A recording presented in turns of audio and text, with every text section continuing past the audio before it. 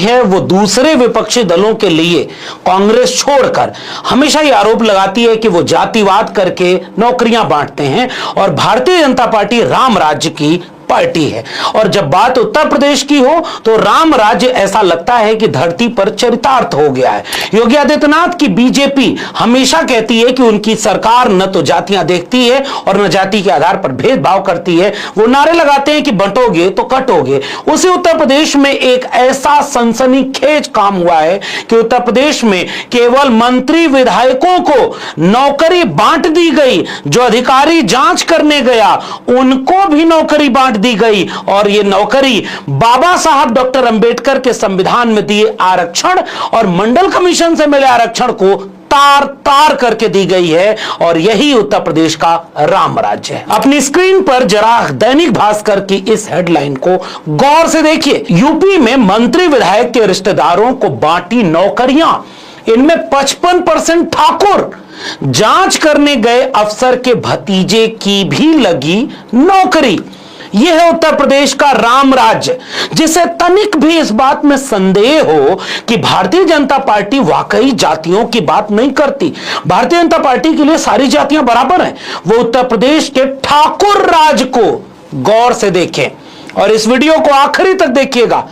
लखीमपुर खीरी के इस प्रकरण से शुरू करके बांदा के विश्वविद्यालय की भर्ती तक, 69,000 शिक्षक भर्ती घोटाले के शुरू करके उत्तर प्रदेश की हर नौकरी में SC ST OBC के कट ऑफ और EWS की कहानी आपको सुनाएंगे। सबसे पहले यह ताजा मामला देखिए कि उत्तर प्रदेश का ठाकुरवाद, ये मैं नहीं कह रहा हूं, ये दैनिक भास्कर की रिपोर्ट कह रही है। क्योंकि दैनिक भास्कर की रिपोर्ट कह रही है कि उन सवर्ण तबके यानी UR कैटेगरी में भी सबसे ज्यादा 55% केवल ठाकुर भर दिए गए। जरा विस्तार से समझिए कि लखीमपुर का यह पूरा प्रकरण है क्या। इस पूरे प्रकरण की शुरुआत तब होती है जब 2019 से लेकर 2024 के बीच एक विज्ञापन और उसके बाद भर्ती प्रक्रिया चलती है।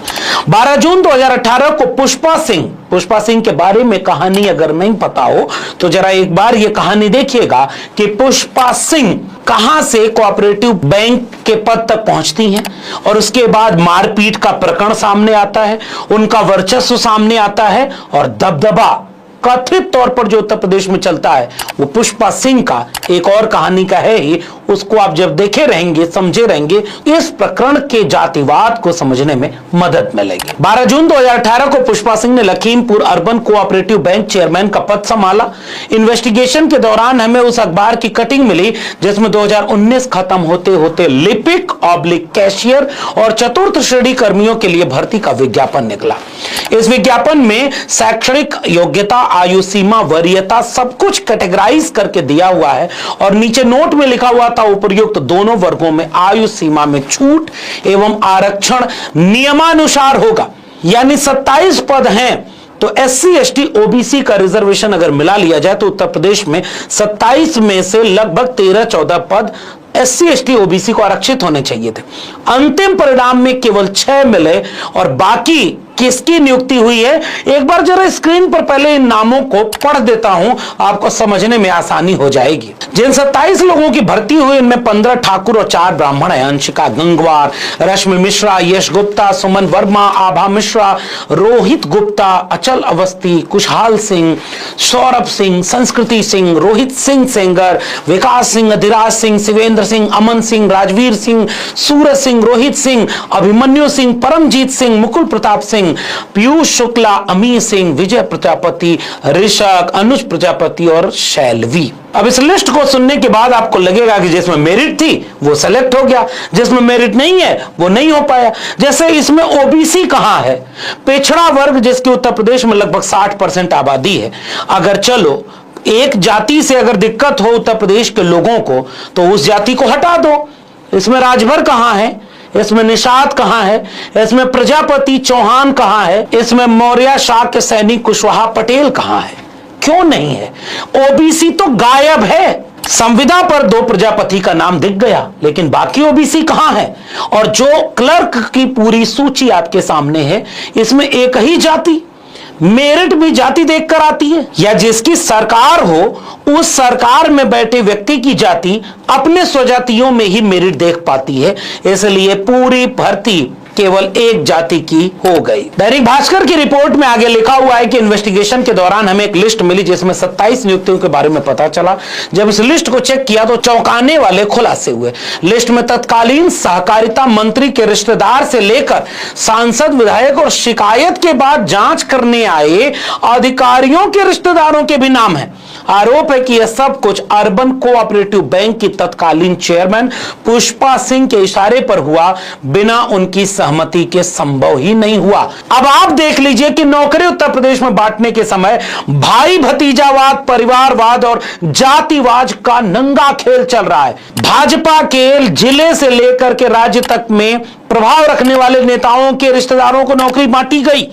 आरक्षण SC ST OBC का ताक पे रख के बांटी गई, और जब इसकी शिकायत हुई जो अधिकारी जांच करने आया भाजपा के राज्य के राम राज्य में, देखिए जो अधिकारी जांच करने आया उसके भी रिश्तेदार को नौकरी दे दी कि तुम जांच वांच क्या करोगे, लो एक तुम भी रख लो।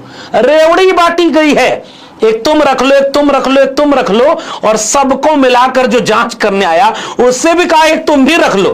दैनिक भास्कर की रिपोर्ट के बाद हो सकता है पुष्पा सिंह ये भी चाहें कि दैनिक भास्कर की रिपोर्टर को बुला के कह दें रिपोर्ट क्यों छाप रहे हो, तुम भी रख लो। ये हाल है बीजेपी के राम राज्य का। दैनिक भास्कर ने सुमन वर्मा जो अर्बन कोऑपरेटिव बैंक के चेयरमैन के पति अवधेश सिंह हैं, अवधेश सिंह एडवोकेट भी हैं और अर्बन कोऑपरेटिव बैंक के बोर्ड ऑफ डायरेक्टर में भी शामिल हैं, उनके जूनियर नीरज वर्मा की पत्नी है, उन्हें नौकरी दी। रोहित गुप्ता को नौकरी दी जो board of director Arvind Gupta हैं, उनके अध्यक्ष भी रहे, पुष्पा सिंह के करीबी भी है, इनका भतीजा रोहन गुप्ता है। सौरभ सिंह, जानकारी के मुताबिक पुष्पा सिंह की 2 बहनें हैं जिनमें से एक का बेटा सौरभ सिंह है। सौरभ को पुष्पा सिंह ने चतुर्थ श्रेणी में पद पर रख दिया। संस्कृति सिंह 10,000 रुपए की 4th ग्रेड की नौकरी, दूसरी बहन जो पुष्पा सिंह की है उनकी बेटी है। बताया जाता है कि संस्कृति के पिता नहीं है, हालांकि जानकारी के मुताबिक संस्कृति सिंह की चतुर्थ श्रेणी पर तब भर्ती हुई जब वो लखनऊ से ग्रेजुएशन कर रही थी। ग्रेजुएशन पूरा होते ही उसे क्लर्क के पद पर प्रमोट कर दिया गया, यानी जो क्लर्क की नौकरी ग्रेजुएशन के बाद मिलती तो उसके पहले ही नौकरी 4th ग्रेड में दे दी, चतुर्थ श्रेणी कर्मचारी। और जैसे ही चतुर्थ श्रेणी पर नौकरी मिलने के बाद ग्रेजुएशन पूरा हुआ, प्रमोट करके क्लर्क बना दिया।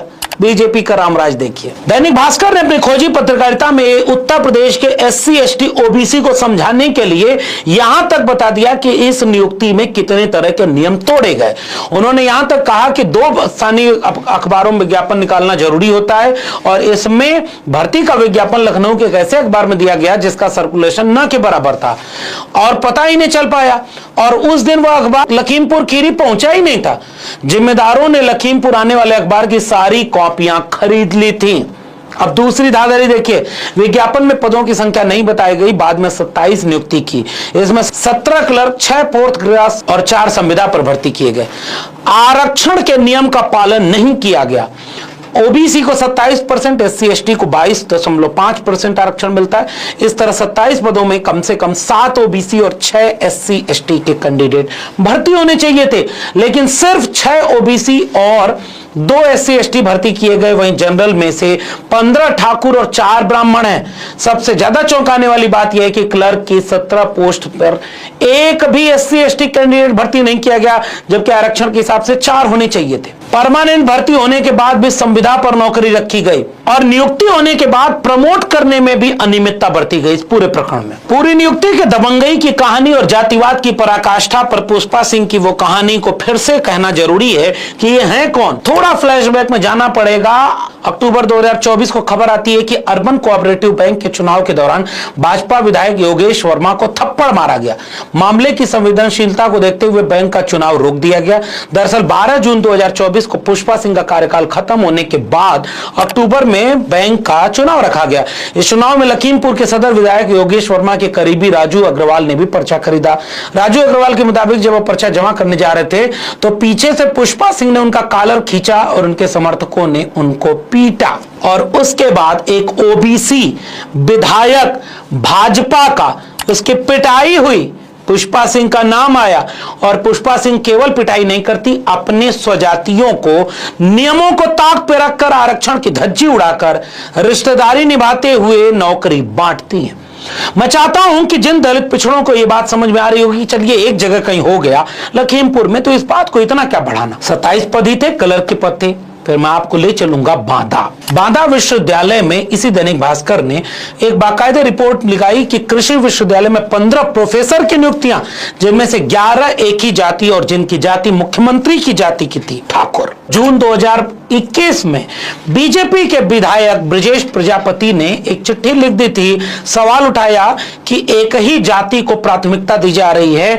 बांदा विश्वविद्यालय में 24 में 11 शिक्षण नौकरियों के लिए सिंध लोगों को ही चुना गया, जो मुख्यमंत्री के स्वजाति हैं। सपा प्रमुख अखिलेश यादव ने जनवरी 2025 में बयान देते हुए बताया कि अयोध्या में प्रशासनिक नियुक्तियों में पीडीए के खिलाफ पक्षपात किया गया है।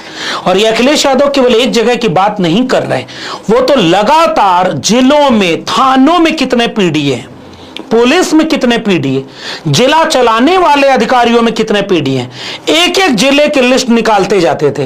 बाद में एक जगह अखिलेश यादव मुस्कुराते हुए बोले भी कि जब लिस्ट निकाल देता हूं वेबसाइट बंद हो जाती है, बाद में 2-4 की नियुक्ति दिखाने के लिए कर दी जाती है। उत्तर प्रदेश में घोर सवर्णवाद, जातिवाद और मुख्यमंत्री के जातियों का वर्चस्ववाद कायम है। बहुत प्रतिष्ठित चैनल की मैं न्यूज के आधार पर यह बात कह रहा हूं कि Yadav take over of UP police, मतलब यूपी की पुलिस में बस यादव हैं। ये प्रतिष्ठित न्यूज चैनल, और ऐसी कई फर्जी खबरें चलाई जाती थी, केवल एक नहीं खबर चलती थी, बहुत सी खबरें चलती थी। लेकिन आज जो आंकड़े हैं 2025 के, वो खबरें कहीं नहीं चल रही। आगरा में 48 थाने हैं, बताओ पीडीए कितने हैं थानों। मैनपुरी में 15 थाने हैं जो सरकार के स्वजाति लोग हैं।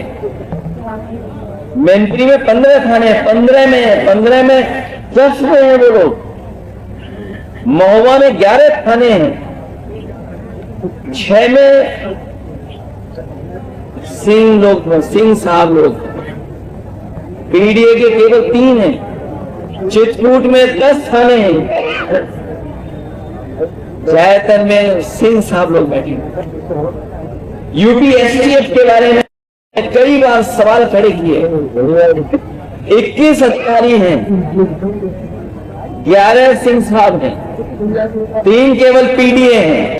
उत्तर प्रदेश में जातिवाद राम राज्य के लिबास में आया है, धर्म के लिबास में आया है।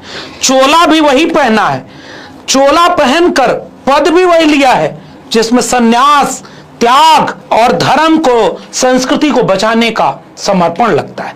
लेकिन उसे माफिया भी अपनी जाति का नजर नहीं आएगा और अपनी जाति में ही सारी मेरिट और टैलेंट नजर आएगा। सवाल इस बात से नहीं है कि भारतीय जनता पार्टी अपने राम राज्य में किस तरह से एक ही जाति को नौकरी दे रही। 69,000 शिक्षक भर्ती में आरक्षण घोटाला हुआ, केंद्र का सरकार ने बोला, बड़े बड़े मीडिया में खबर आई, 600 दिन से ज्यादा अभ्यर्थियों ने लाठी खाई, जेल गए, मुकदमा सहा, क्या क्या नहीं सहा, आज तक न्याय नहीं मिला और वो सब दलित पिछड़े उसमें मारे गए, पीटे गए। जितना स्कूल बंद हो रहा है, इसमें सबसे ज्यादा नौकरी एससी एसटी ओबीसी की जाएगी। जितना उत्तर प्रदेश में घोटाला हो रहा है, उस घोटाले में सबसे ज्यादा नुकसान एससी एसटी ओबीसी का हो रहा है। लेकिन मंदिर, धर्म, संस्कृति, सनातन, सामने का चेहरा यह होगा और पीछे मुख्यमंत्री की जाति के अगर आप हैं तो पूरे उत्तर प्रदेश में थाने से लेकर विश्वविद्यालय तक और क्लर्क से लेकर के हर नौकरी में आप ही में मेरिट देखी जाएगी। इसलिए तय करना उत्तर प्रदेश के एससी एसटी ओबीसी को है, वो पीडीए कहां है। और इस बात पे अखिलेश यादव ने ट्वीट भी करते हुए लिखा, नियुक्तियों में गूंजी नाइंसाफी की सिंहनाद, 90% पीडीए समाज की उपेक्षा व तिरस्कार, भाजपा जाए तो अवसर की समानता आए। उत्तर प्रदेश के दलित पिछड़ों को ही नहीं, पूरे देश के लोगों को बीजेपी के राज का चेहरा अगर दिखाना हो तो उत्तर प्रदेश से दिखाइएगा। अंदर से वो आपके एससी एसटी ओबीसी के आरक्षण की धज्जी उड़ाएगी। उन पीडीए के नेताओं का अपमान करेगी, उनको कुछ मिलेगा नहीं, और धर्म के नाम पर वोट लेने के समय अपने जातिगत वर्चस्व को थोप देगी। निर्णय अब आपको लेना है कि आपको क्या चाहिए। अगर ये वीडियो जरूरी लगे तो लोगों तक शेयर करिएगा। चैनल को सब्सक्राइब नहीं किया है तो जाते थे चैनल को सब्सक्राइब करना मत भूलिए। बेल आइकॉन दबाइएगा ताकि अगली वीडियो की सूचना मिले। ज्वाइन करिएगा ताकि हमें मदद मिले। अगर आप इस वीडियो को ट्विटर, एक्स या फेसबुक पर देख रहे हैं तो फॉलो करना मत भूलिए। फिर मिलेंगे, तब तक के लिए बहुत बहुत धन्यवाद।